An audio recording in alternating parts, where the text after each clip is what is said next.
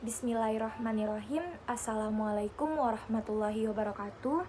Perkenalkan, nama saya Julia Rizky Amanah, NIM 21016150. Saya akan memenuhi tugas mata kuliah Administrasi dan Supervisi Pendidikan dengan dosen pengampu Ibu Tia Ayuningrum, MPD. Pada kesempatan kali ini saya akan membahas 4 materi. Yang pertama yaitu ada pengertian administrasi peserta didik. Yang kedua ada proses administrasi peserta didik. Yang ketiga ada jenis-jenis instrumen administrasi peserta didik. Dan yang terakhir ada peran guru dalam administrasi peserta didik. Yang pertama saya akan membahas tentang pengertian administrasi peserta didik. Administrasi peserta didik merupakan proses pengurusan serta pelayanan yang berkaitan dengan murid di suatu sekolah, mulai dari perencanaan penerimaan murid baru, serta pembinaan selama murid baru beraktivitas di sekolah tersebut, hingga menamatkannya di sekolah tersebut.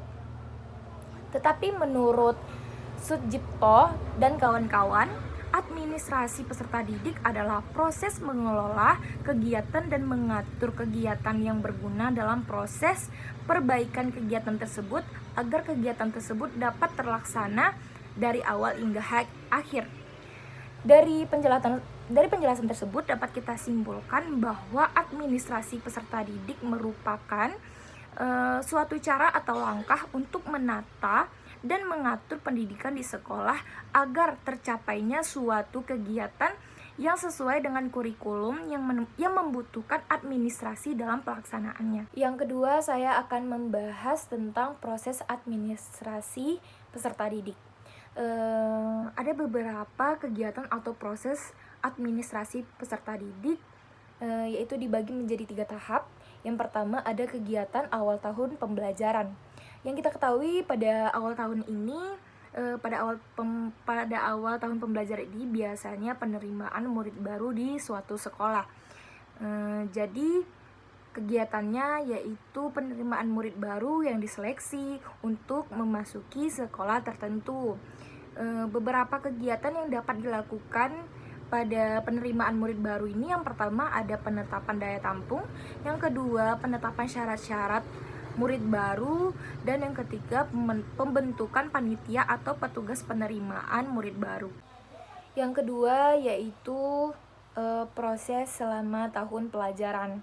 Jadi selama tahun pembelajaran ini, setelah penerimaan murid baru tadi, sekolah akan membina murid tersebut sehingga berkembang kemampuannya secara maksimal sesuai dengan tujuan sekolah.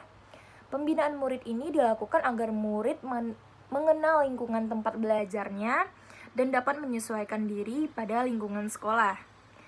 Dengan pemahaman terhadap lingkungan sekolah, dapat diharapkan terciptanya suatu keadaan di mana murid lebih tertib dan lebih mementingkan tugas-tugas belajarnya daripada kegiatan pribadinya di sekolah. Contoh kegiatan ini seperti orientasi siswa, biasanya itu dilakukan oleh murid-murid baru, pengenalan sekolah, terus mengenalkan tata tertib sekolah, apa saja yang tidak boleh dilakukan dan apa yang boleh dilakukan. Dan yang terakhir ada proses akhir tahun pelajaran. Akhir tahun pelajaran ini biasanya dilaksanakan ujian akhir semester atau UN. Pada administrasi yang dilakukan berhubungan dengan kegiatan ini adalah yaitu pelaksanaan ujian nasional dan ujian akhir semester serta kenaikan kelas. Selanjutnya materi yang ketiga yaitu jenis-jenis instrumen administrasi peserta didik. Ada beberapa instrumennya, yaitu yang pertama ada buku induk. Buku induk ini adalah buku yang merangkum semua kegiatan peserta didik dari mulai masuk sekolah hingga tamat. Selain itu juga serta merangkum semua kegiatan yang ada di sekolah termasuk prasarana sekolah.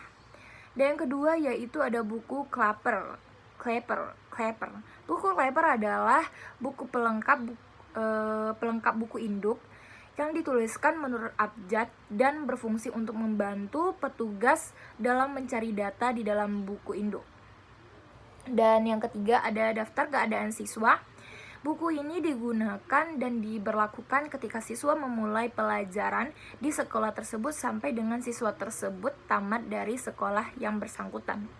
Dan yang keempat yaitu daftar hadir siswa. Ini yang sangat penting.